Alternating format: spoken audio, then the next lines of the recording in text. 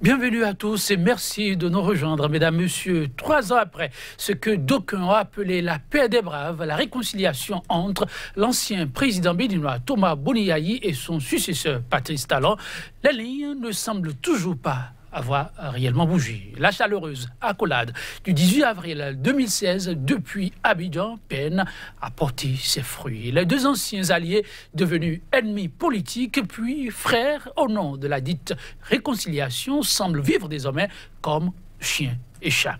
Les passes d'armes s'opèrent non directement, mais pratiquement à visage découvert entre les proches des deux hommes. Yayi Boni est constamment accusé d'épier son allié d'hier et de tirer les ficelles dans l'ombre, quitte à faire échec à ses ambitions au sommet de l'État. Gouvernance Talon au Bénin, Yayi l'épine dans les pieds du nouveau départ ou le bouc émissaire parfait. Mesdames, Messieurs, sur la question, le regard croisé. Tout de suite, c'est maintenant de deux professionnels des médias. À ma gauche, Fortuné Asogba, journaliste. Il est le directeur de publication de Nouvelles Mutations, quotidien béninois d'information et d'analyse. Fortuné Asogba, bonjour. Bonjour Joël. Merci de répondre à notre invitation. C'est vrai. En face de lui, Nassis Ressou. Il n'est plus à présenter sur ce plateau non plus journaliste. Il est le directeur de publication de Palmarès. Nassis Ressou, bonjour. Bonjour Joël. Merci de nous rejoindre. Toujours un plaisir. Le plaisir, sachez-le, est partagé. J'ai eu l'occasion de m'engager à appuyer le président Patrice Talon dans ses réformes. Patrice et moi, nous étions des amis. Nous demeurons des amis et nous resterons toujours des amis. Et ce, dans l'intérêt du peuple béninois et de notre sous-région. Cette phrase n'est pas mienne, vous en doutez. Elle est de Yayi Boni. 2 mois ou 3 ans après, Fortuné Asogba, si vous devez vous mirer encore dans cette phrase, qu'êtes-vous plutôt tenté de dire? Un état des lieux.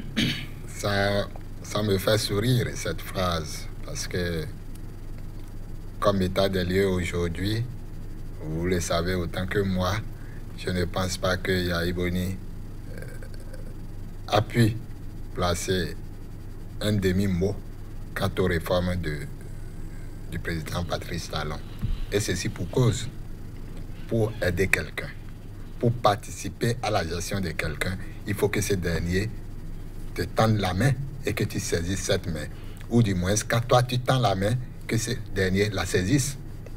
À aucun moment aujourd'hui, je pense pas que le président Patrice Talon a fait appel à son prédécesseur pour le consulter sur une quelconque question donnée quant à la gestion du pouvoir. Et ça, qu'est-ce que vous le faites dire?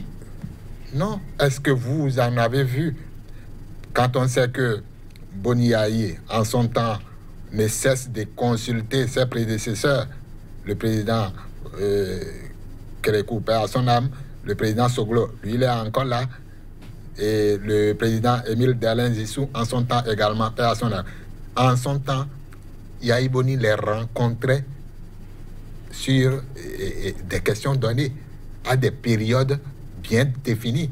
Il me semble-t-il, après 3 mois, il les rencontre. Soit il se déplace en personne pour aller dans leur domicile ou il les invite au palais. Aujourd'hui, vous avez l'impression que ça manque. Naturellement, ce n'est pas moi qui ai l'impression. Est-ce que vous en avez jamais entendu parler? Non, ça n'existe pas. Et on devrait continuer. On devrait pouvoir penser à une initiative comme celle-là. C'est tout à fait à l'avantage de celui qui gère l'État. Parce que les autres, qu'on le veuille ou non, qu'ils soient bons ou mauvais, ont déjà vécu la chose. Ils savent ce qu'il faut faire. Tu peux les écouter, ne pas en tenir compte. Mais l'idéal est de les consulter pour voir, pour écouter un peu comment les autres, face à telle situation, qu'est-ce que tu as fait, comment tu avais géré. Oui, Boni-Yayi et Patrice Talon, des amis pour toujours, et ce, dans l'intérêt du peuple béninois et de la sous-région. La phrase était de Boni-Yayi il y a de cela 3 ans. Aujourd'hui, Nassis Ressou, quand vous observez le climat social, politique, avez-vous l'impression que là, on a pu tenir le pari? Je crois que les propos que vous venez de reléguer sont bien sûr ceux de Boni-Yayi. Tout à fait. Et quand on analyse depuis quelques années, l'aptitude de Boni Yayi, on ne pourra pas dire le contraire, qu'il a fait le contraire de ce qu'il disait ou de sa pensée. Parce que je me rappelle pour sa véritable première sortie en février dernier au congrès de FCBE à Parakou, je me rappelle encore les propos de l'homme qui insistait et appelait à ce qu'on ne touche pas verbalement au chef de l'État actuel. Et il ajoute, je l'ai appris à mes dépens, ne l'insultez pas, la tâche n'est pas facile. Après ça, sa sortie était, la toute dernière, était à Calavi, à l'école du parti, toujours des FCBE. Il a pratiquement eu les mêmes propos, seulement il a souhaité qu'au niveau des réformes, qu'on tienne beaucoup plus de l'homme, de l'humain. Donc, je ne vois pas sur toute la ligne Boni Yayi, dans sa posture actuelle, être détracteur du chef de l'État, Patrice Talon, ni de sa gouvernance, ni de ses réformes. Donc, je suis un peu surpris que les journaux siamois puissent, en un temps donné, envoyer des flèches à Boni Yayi comme étant ceci, étant cela. Je me pose assez de questions. Est-ce Boni Yayi l'homme à abattre? Je finis par me dire, comme le titre le stipule là, on cherche un bouc émissaire carrément. Et ça s'explique aisément. Vous allez constater que depuis avril 2016, le PAG est égal à Boni Yayi. Le programme de gouvernance est égal à Boni Yayi.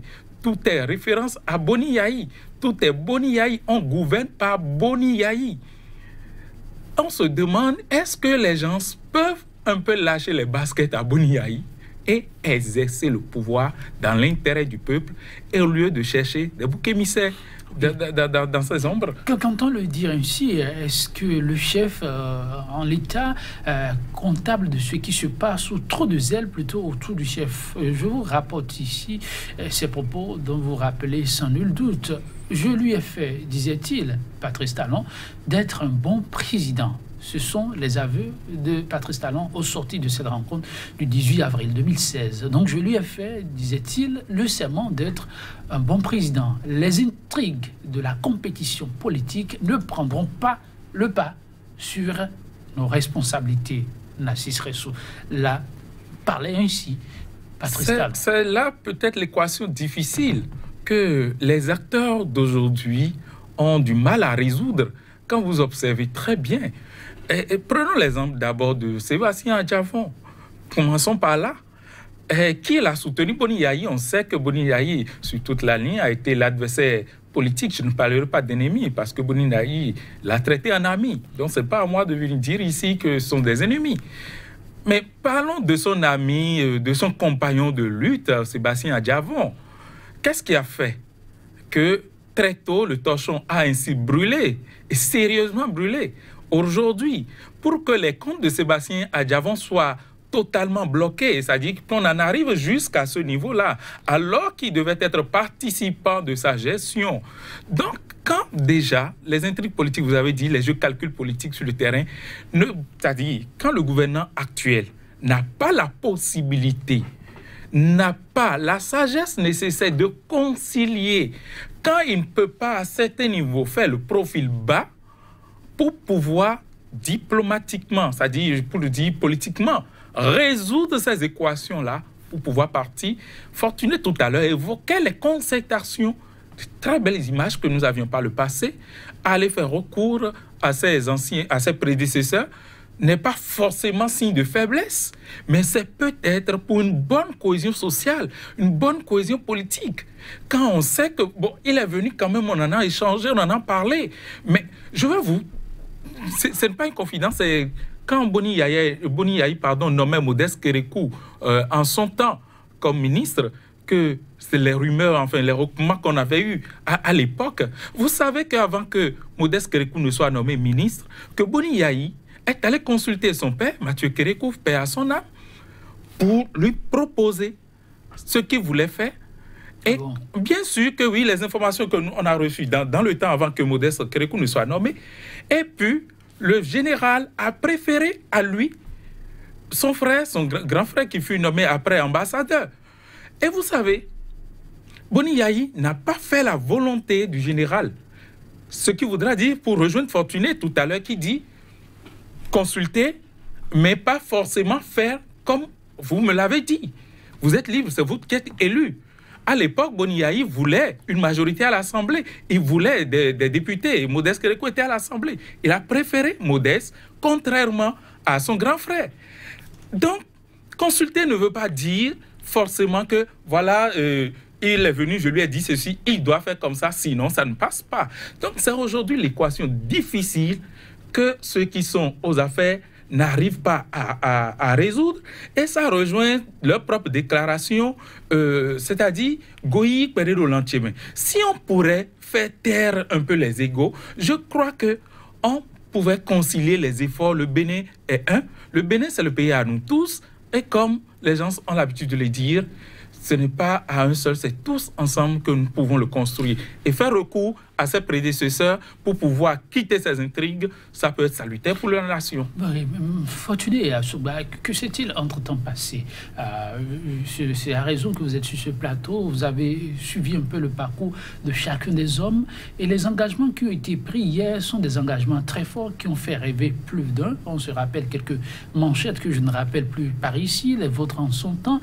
Patrice Talon l'avait martelé, je lui ai fait, puisque personne n'était dans l'entre-secret de leur discussion, mais il disait, je lui ai fait le serment d'être un bon président.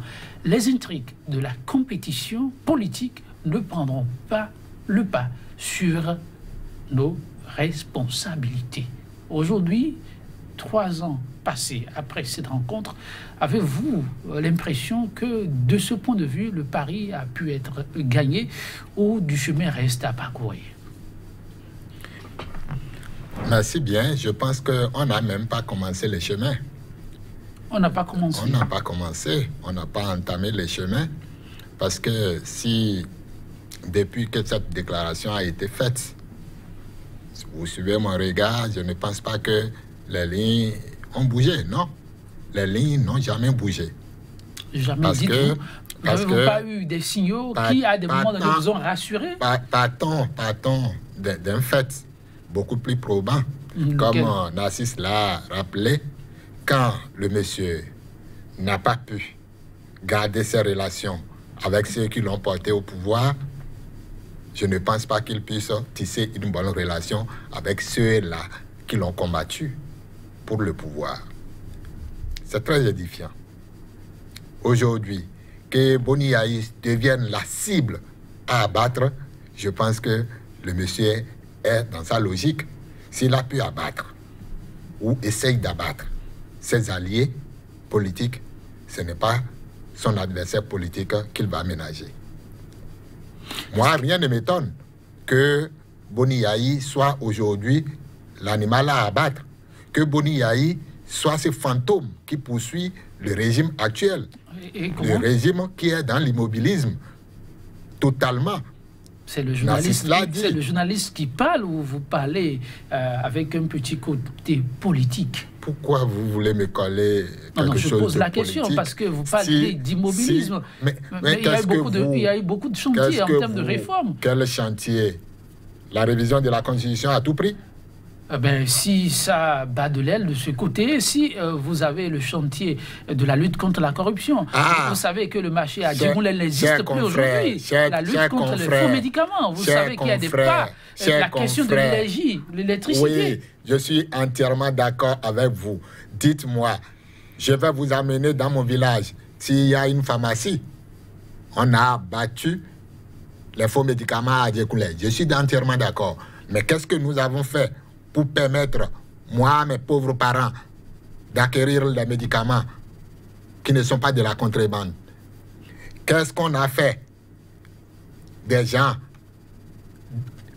des casses sauvages, la ville de Cotonou, on a détruit les rangas au bord de la voie. Ça fait combien de temps? On nous a montré des images qu'on projette pour Cotonou, des belles images naturellement. Vous savez, pour avoir ces belles images, il faut du temps pour la réalisation. Vous le savez. Il y a du temps, mais qu'est-ce qu'il presse alors d'abattre ces petits commerces que les gens faisaient pendant qu'on sait qu'on n'est pas encore prêt?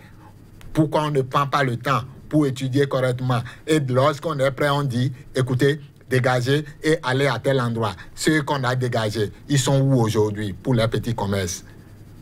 Vous parlez, ça là, c'est des réformes sanitaires. Est-ce qu'il ne faut pas oser simplement, Fortuné? Pour oser, je dis, je n'ai rien contre. Moi, j'ai rien contre. Oui, on est d'accord. On est d'accord. Moi, je partage l'idée selon laquelle il faut embellir la ville. Oui, mais je ne partage pas la méthode qui consiste à détruire les petits commerces. Vous ne partagez pas la méthode. On revient rapidement sur le sujet. C'est vrai que les faits sont un peu liés. Bon président, choix de gouvernance. Là, le chef de l'État que vous considérez aujourd'hui comme cible, l'ancien chef de l'État, Thomas Boni-Yayi, est-il vraiment une cible ou il se joue lui-même la cible? En tout cas, récemment, il y a quelques jours de cela, vous l'avez suivi, Modeste Kérékou, au travers d'une de ses sorties, fustige l'activisme politique à outrance du leader charismatique des forces Corée pour émergent. Il en est aujourd'hui le président d'honneur. Narcisse Ressoui, quand vous suivez l'homme, l'ancien chef d'État béninois, je veux dire, est-ce qu'il n'en fait pas aussi un peu de trop?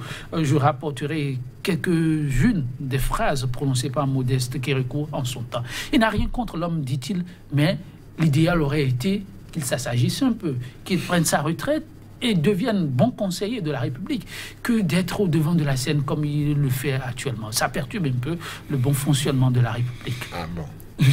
ça fait même rire, ça fait trop rire même, parce qu'il n'y a aucune logique. Non, non. Des faits objectifs, s'il vous plaît. Non, bien sûr. Qu'y a-t-il de drôle dans ce qu'il dit? Ce qu'il y a de drôle... Il trouve l'ancien président... Le président Soglo n'est pas un ancien président. Il n'est pas leader, président d'honneur d'un parti politique. Et les gens disent même que Boni-Yayi a créé de partis politiques. Et ça me fait rire. C'est pourquoi je dis, il n'y a aucune logique.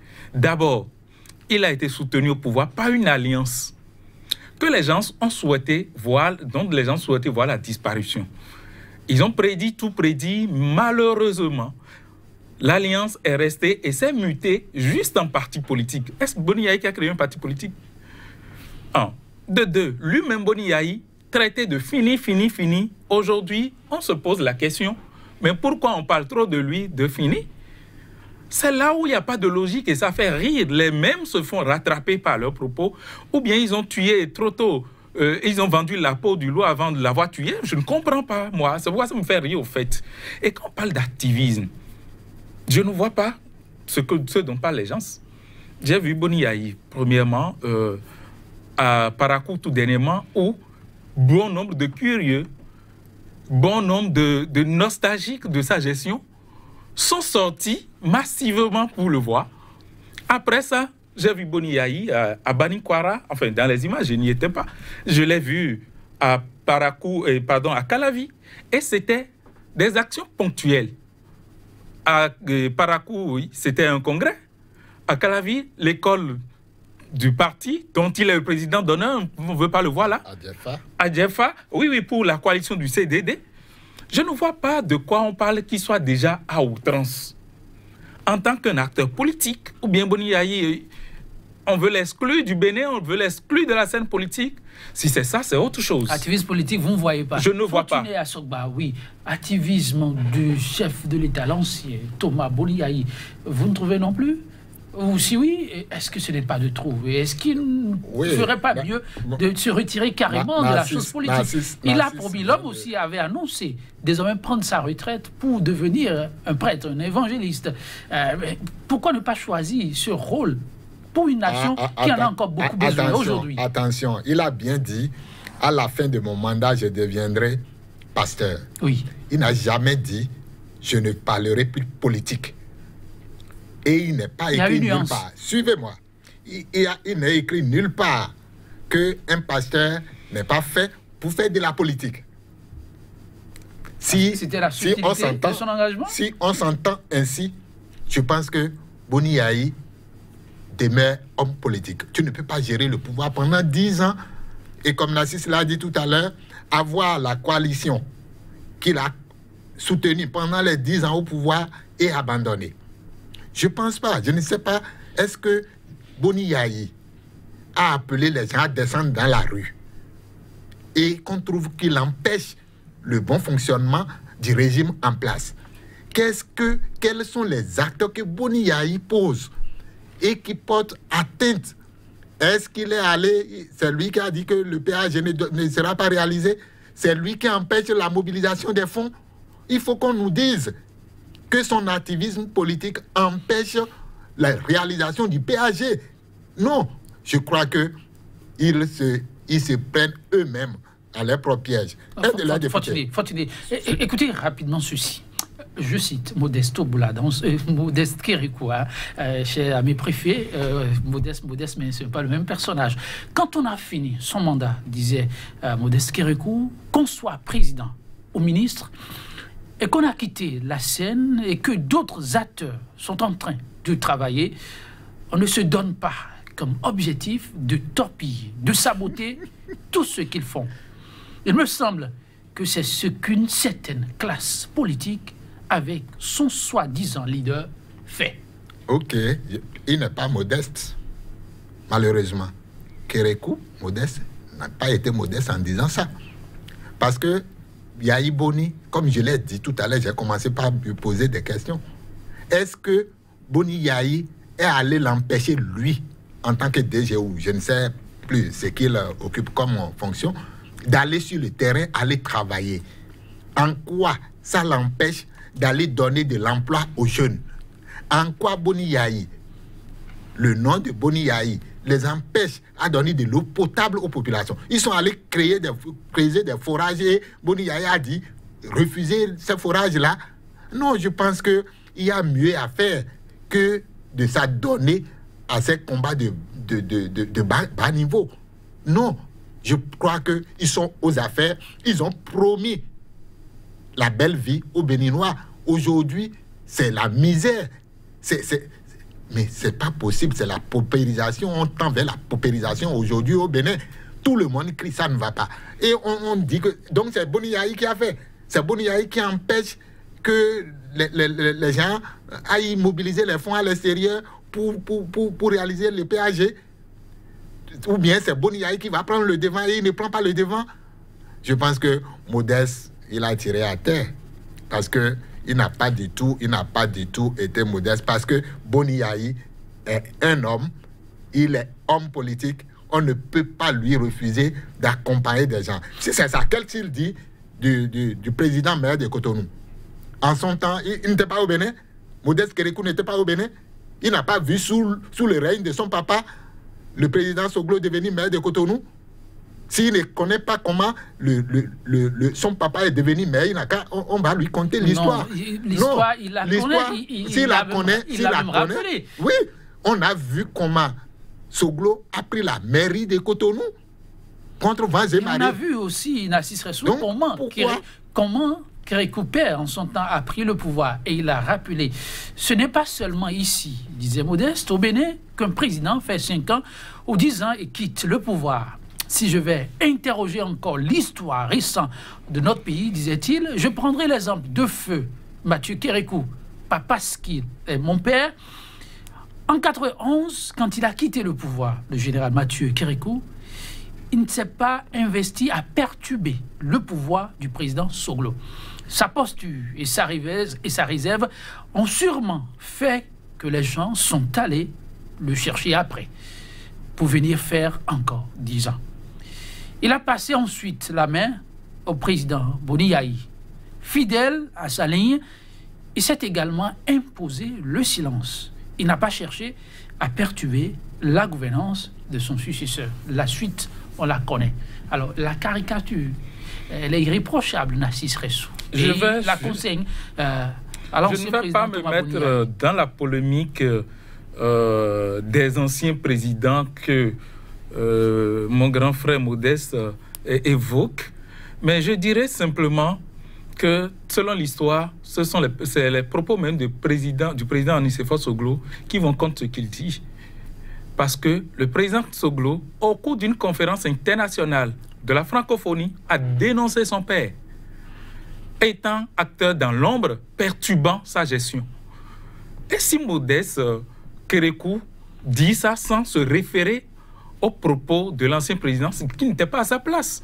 Il faudrait l'ancien président pour le lui rappeler, pour lui dire. Le temps doit couler sous les ponts, mais cela ne peut s'oublier. Un acteur politique reste un acteur politique. Sinon, le président Kérékou ne reviendra pas prendre le pouvoir après. Mais ceci étant, Modeste n'est pas le seul acteur à dénoncer cet activisme. Non, vous devez constater que c'est... dans une chapelle donnée. Vous devez constater le langage qu'on tient dans cette chapelle. C'est le fonctionnement. Oui. Regardez comment on a traqué le président de la Cour constitutionnelle au lot. Quand on a une cible, quand ils ont un objectif dans un secteur donné, on vous traque partout. A dit, vous devenez la cible pour le temps. Depuis, je crois que le professeur Olo ira reposer. Il n'est pas mort, mais il jouira d'une bonne retraite. Bien sûr, s'il veut encore être acteur politique, peut-être que les mêmes viendront dire demain qu'il n'en a pas droit. Parce que quand chaque fois, ils vous voient sur le chemin, et vous devenez pour eux automatiquement une cible à abattre. C'est une traque contre l'ancien chef d'État? Bien sûr, c'est clair, ça ne dit pas son nom. Vous voyez, ce qui m'a même surpris, on a dit que en matière de promo, pour réviser la Constitution, vous savez tous les arguments qu'on est allé chercher. On est allé même dire que Boni Yayi de laisser sa place pour tête de liste, de laisser sa place une femme. À une femme. Pourquoi on ne demande pas au président de la République ce sont des communications qu'en 2021, il place une femme pour lui succéder?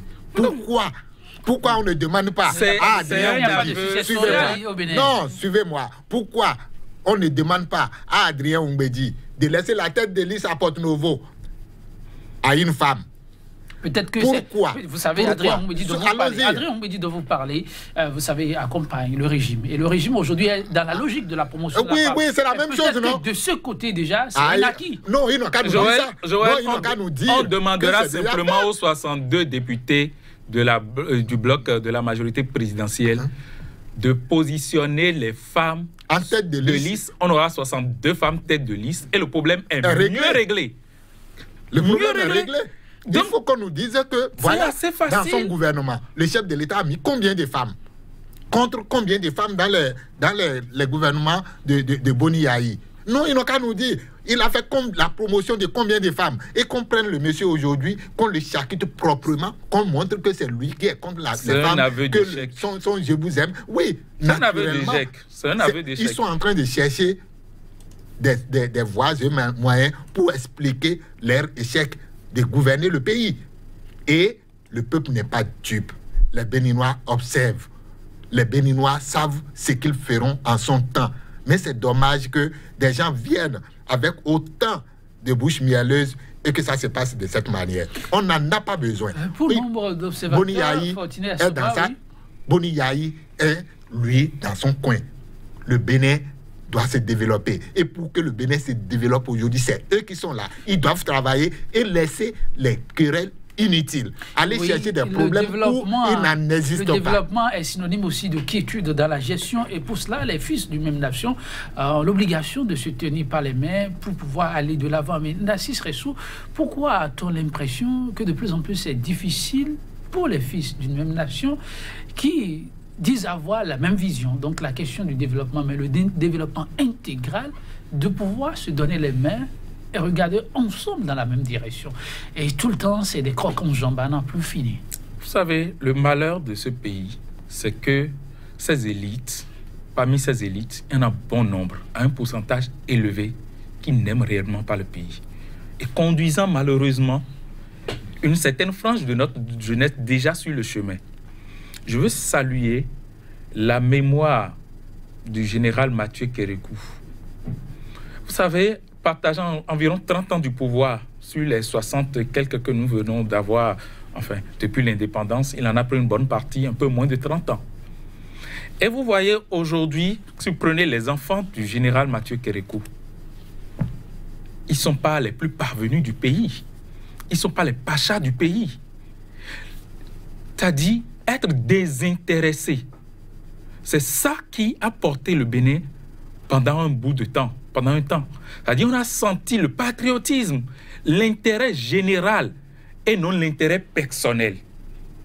Prenez le passage Boni Yayi également. Vous voyez, investi dans le social. la prospérité partagée, c'est-à-dire donner l'accès aux plus pauvres pour qu'eux aussi se relèvent un peu. Permettre aux plus pauvres de la société de se relever, ne pas les briser. Faire du social. Vous avez senti ça hier, c'est ça? Bien sûr, les 10 ans passés, on a senti dans tous les secteurs. Et ceci n'empêchait pas les infrastructures d'émerger, de sortir de terre. On investissait dans le social, dans les 10 ans de Boni Yayi. On n'a pas manqué d'investir. Aujourd'hui, vous avez vu ça où? Par où? Ça a commencé où? Les effets d'annonce. Les effets, rien que des effets d'annonce. Et je crois, et je dis la nuance, Boni Yayi investissant dans le social et sérieusement, réussissait sur le plan infrastructure. Ça sortait de terre dans tous les secteurs. Aucun secteur n'était abandonné. Aujourd'hui, on nous dit que on ne peut pas, parce que ce n'est pas distribuer de l'argent ou ceci, cela, alors que ce n'était même pas distribuer de l'argent. Aujourd'hui, le social est en berne, pour ne pas dire est enterré. Et peine aujourd'hui, parce que les élections sont proches, on pense qu'il faut ressusciter. Je vois déjà dans les quartiers circuler, on prend la liste, on prend les noms des femmes, des gens, on dit que le président veut les aider, on veut enregistrer les plus pauvres. C'est électoral. On veut enregistrer. J'ai vu une dame qui a commencé même pas à crier pour dire je n'en veux pas. Parce que vous voyez les conditions dans lesquelles vous m'avez mis, maintenant on veut enregistrer encore mon nom pour que j'aille à la politique. Je n'en veux pas. Elle criait, c'est ça qui a attiré mon attention. Elle a dit, maman, qu'est-ce qui arrive? Qu'est-ce qui se passe? Elle dit qu'on veut prendre son nom, qu'on veut enrôler les plus pauvres. Ah, si ça peut bénéficier aux plus pauvres, tant mieux. Mais, veillons, ça sera abus électoraliste. Et juste les élections passées, on ne sait pas ce qui va encore venir. Donc, quand on a géré comme ça, on gère comme ça un pays, on détruit tout ce qui est social. On dit que c'est pour les infrastructures. Je dis, ce sera la poudre aux yeux. On va nous faire l'asphaltage, on va applaudir. Sur les 5 ans. Narcisse Ressou, Patrice Talon, Yayi Boni, on l'a vécu vers la fin du mandat de Thomas Boni Yayi. Ce n'est plus à rappeler. Par ici, ces deux noms figuraient partout et plombaient à la limite tout ce qui avait à faire d'essentiel parce que tout se jouait autour de ces deux noms.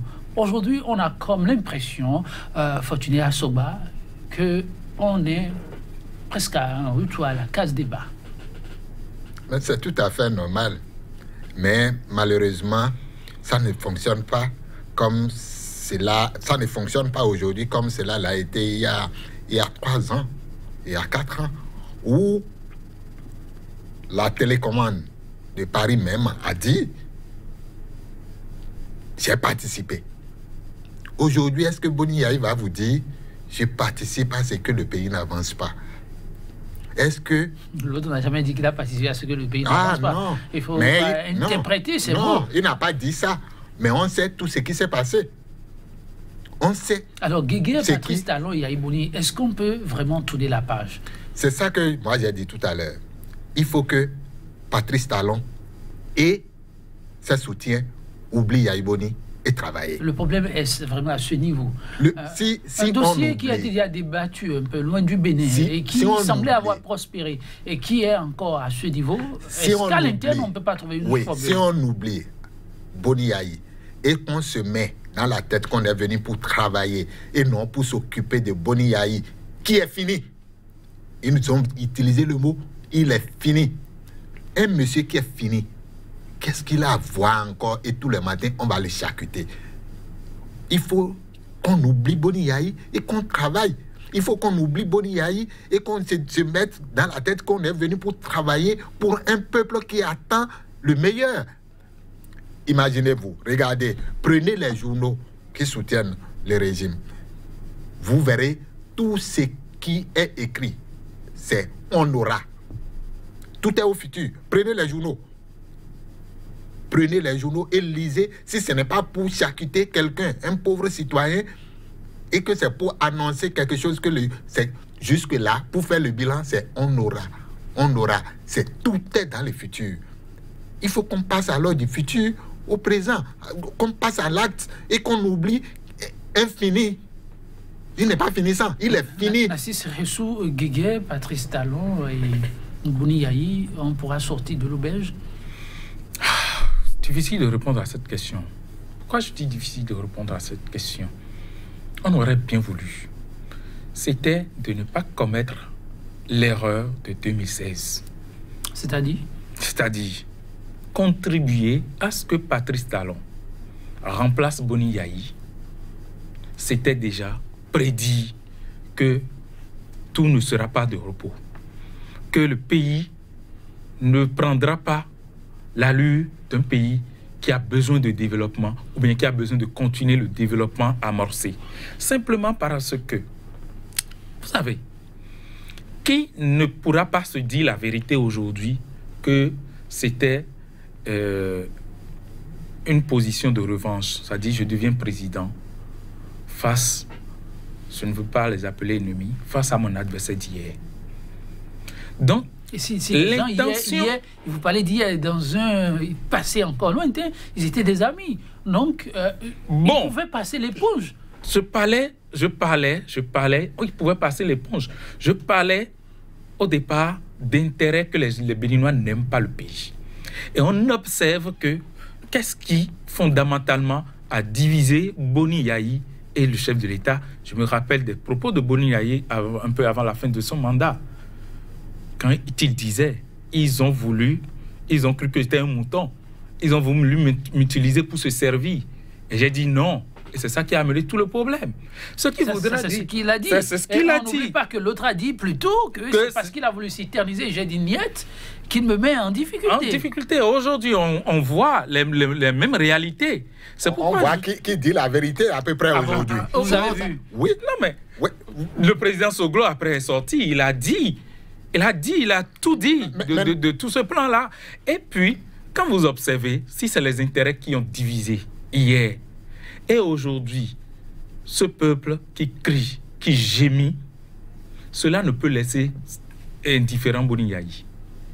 Et qui n'aura que faire, c'est-à-dire qui n'aura que seul pouvoir que de compassion et d'agir au niveau où il pourra agir. C'est-à-dire quoi? C'est là où les gens sont méchants. C'est-à-dire, ils veulent dénier aux députés FCBE leur rôle de l'opposition. Et c'est ça qui est bizarre dans l'affaire encore. Ils ont perdu le pouvoir. Ils sont de l'opposition. Et vous voulez maintenant qu'ils applaudissent votre gouvernance qui est à l'opposé de leur gouvernance le social. Votre gouvernance capitaliste qui est à l'opposé de ce qu'ils avaient fait hier. On ne peut rien attendre d'eux qu'ils soient un soutien, sauf si réellement l'intérêt général du pays se dessinait. Mais ils ne font pas la lecture. Donc, faire succéder Patrice Talon à Boni Yayi, c'est déjà un problème. Et les Béninois, c'est là où c'était un péché. On aurait pu résoudre ce problème il y a cela 3 ans ou un peu moins, en permettant à Boni Yayi de finir et à Patrice Talon de se ranger. Et quelqu'un d'autre prend le pouvoir. Tout compte fait, malheureusement, c'est pas ce qu'on a fait. Le vin est tiré et puis les Béninois, ils soient déjà. Que faut-il comme mécanisme aujourd'hui pour permettre à ce qu'on tourne définitivement cette page de croc en jambe permanent qui, en vérité, retarde plus que n'aide le pays pour son essor? Oui. Avant ça, je tiens à approfondir un peu ce que Narcisse a dit tout à l'heure, s'agissant de la position de Boni Yayi face quand il disait on a cru que je suis un mouton. Mais dans ces dossiers-là, rappelez-vous, c'est dans ces dossiers que Boni Yayi a fait retirer le droit de grève aux douaniers. Aujourd'hui, l'histoire continue. On vient de constater et on connaît aujourd'hui le vrai acteur de celui qui a fait retirer le droit de grève aux douaniers, parce que ça se généralise pour des intérêts. Là où il faut pas. Non, ce n'est pas moi qui le dis. C'est une logique. C'est une logique quand même. Je suis allé à l'école. Il démontre que... Je suis allé à l'école, monsieur Joël. Et vous le savez bien. Et que quand on me donne une dissertation à faire, je dois tirer ces conclusions-là, ne serait-ce que partiellement, pour évoluer quand même. Hier, l'autre était là. Il s'est posé un problème. Qu'est-ce qu'il a fait? Sous la pression, il a fait retirer le droit de grève pour son ami. vous l'avez dit ici, c'était son ami, c'était son compagnon qui voulait la chose.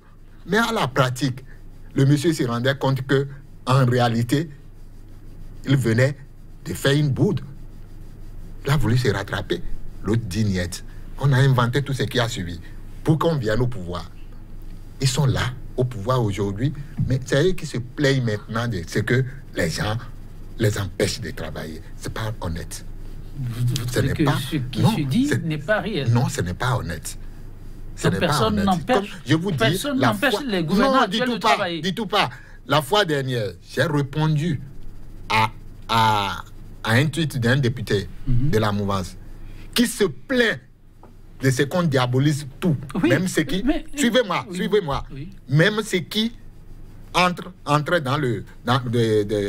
ligne de compte pour le peuple. Ah oui, hier, vous avez vécu ça, monsieur Joël. On a tous vécu comment on a intoxiqué la population au Bénin ici. Et aujourd'hui, non, on ne peut pas aller de l'avant tant que... Non, suivez-moi, Joël. Suivez-moi. Personne n'intoxique aujourd'hui.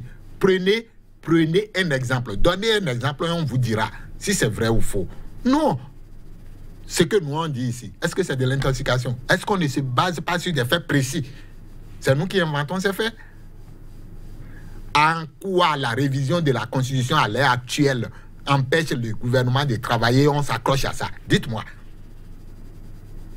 En quoi ça là empêche? Et on trouve que les 19 ou les 20 députés qui ont fait ça, c'est les ennemis du peuple. Ils ne veulent pas l'avancée du peuple, du Bénin. En quoi les points d'amendement là, ça apporte de l'argent au pays si on ne travaille pas, mes chers amis? On dit, on a pris... La démocratie, c'est les élections. C'est ce qu'ils refusent de reconnaître. Et ils le savent bien. Aujourd'hui, ils sont dans un costume donné et ils soutiennent ça. Demain, quand le régime va finir, ils vont changer de costume. Ils vous diront que sans les élections, il n'y a pas de démocratie. C'est ce qu'ils vous diront. Et aujourd'hui, comme Narcisse l'a dit, c'est clair que c'est les intellectuels de ce pays qui tuent ce pays. Parce qu'ils se refusent de se mirer.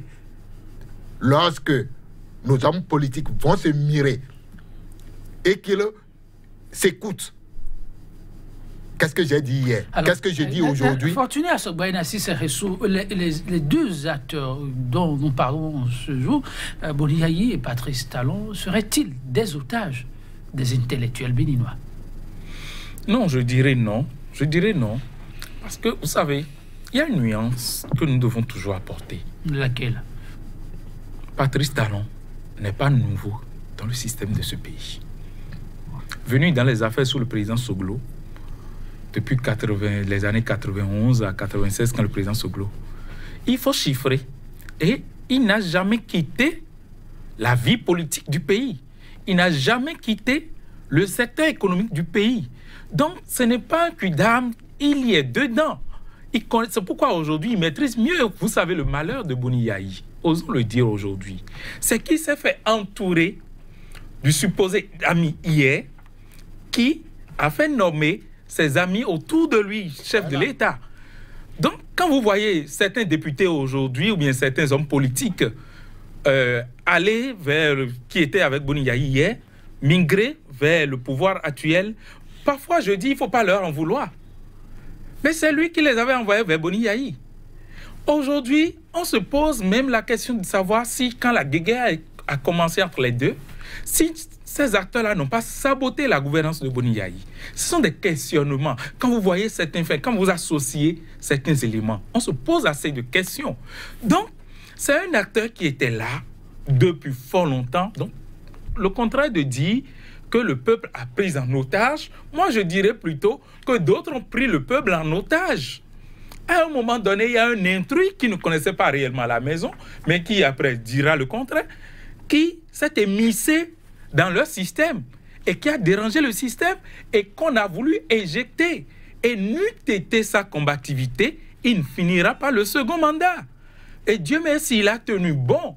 Et aujourd'hui, le système a repris.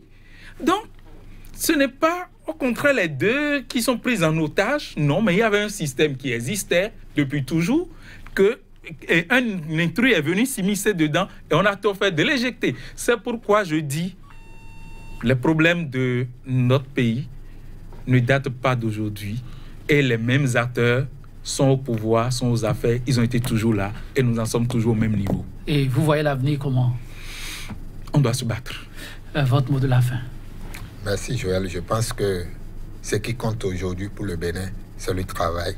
Il va falloir qu'on oublie les querelles inutiles, qu'on abandonne la politique politicienne et qu'on travaille pour donner le meilleur à ce peuple.